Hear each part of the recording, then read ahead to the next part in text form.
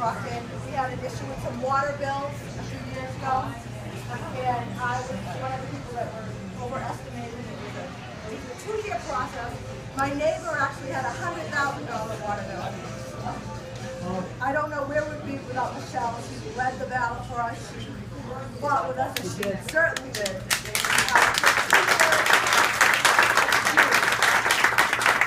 She helped us. We appealed to the city. We pretty much had to appeal to the state. And in the end, we won. And they reformed the whole water department, and that's all thanks to Michelle. We wouldn't have gotten anywhere without her. And I firmly believe that she's going to take that knowledge and her everything she offers to the state. She's going to be fabulous for every citizen in the state. And I think that's Michelle, I'd like to thank Bob Brady, the A1 selection that's coming, Mike Brady, state rep, and thank you for coming. And Michelle Dubois. Yeah.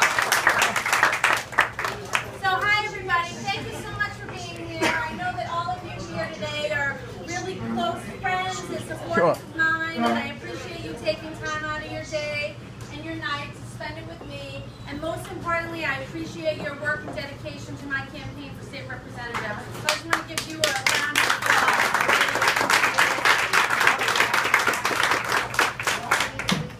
And I'll make this brief, but as we all know, this campaign is not easy. And any help you can give to me by spreading the word to your family, friends, and colleagues about the campaign and asking them to come out and vote on September 9th is essential. And if you'd be so kind as to volunteer on Election Day, which is September 9th, I really need help. I need help with people holding signs at the polls. I need help with people checking at the polls, phone calling. We're going to have a little campaign headquarters for Election Day, and once we get the location, I'll make sure all of you know about it. And when I get to the State House, my focus is going to be on working families. It's my agenda. It's been my priority since I first got elected as a city councilor. I grew up here, right down the street, as a matter of fact. I remember a day when this bar, my mother didn't even want me walking by it. And now it's owned by this wonderful couple, Joe and Elaine, and they do a great job here. And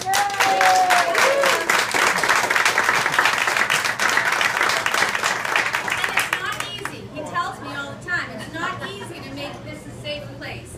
And we know that not everybody can do this kind of difficult work.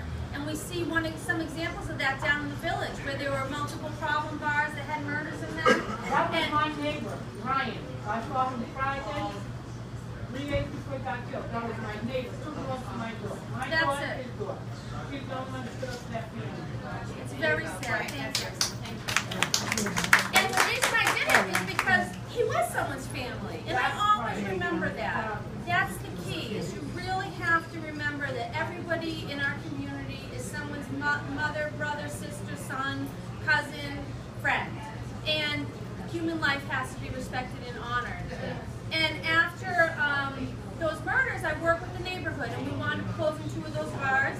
And we wound up, one is now going to be a church, and the other one is going to be reopened as hopefully a much better, nicer restaurant for the community. I focused on community development in the village by inspiring, cultivating, and twisting the arms of developers to learn that we want single-family home development here. Not because only single-family homes are good, but because that specific area of the community had many multi-families, and it would, if you were going to add more homes, a nice balance would be single-family homes. It's not right everywhere, but there it is essential. So as a state representative, that's what I'm going to look at. I'm going to fight for senior citizens and veterans. I'm going to request to be on both joint committees for elder affairs and veterans affairs. I think those are 2 areas that we really have to help those 2 segments out, because we all become elderly, and veterans are really who keep us safe in our country and keep us secure and American. So that's something that's going to be my priority. I'm going to fight for education, because it's really my belief that if a kid is born in Brockton and just so happens not to be lucky enough to be born in a healthy, supportive, good home, they should still have opportunity to be able to be educated, go to college, and be able to get a job that sustains them. And if they want to stay in Brockton, great. But if they want to leave, that's fine as well, as long as they have the opportunity and the intellectual capacity, which is really instilled in schools, to allow them to have that fruitful career and fruitful life. It keeps them off the streets, it keeps them out of crime. I'm going to focus on education, increasing after-school programming, and I think that's going to make us all safer as a result.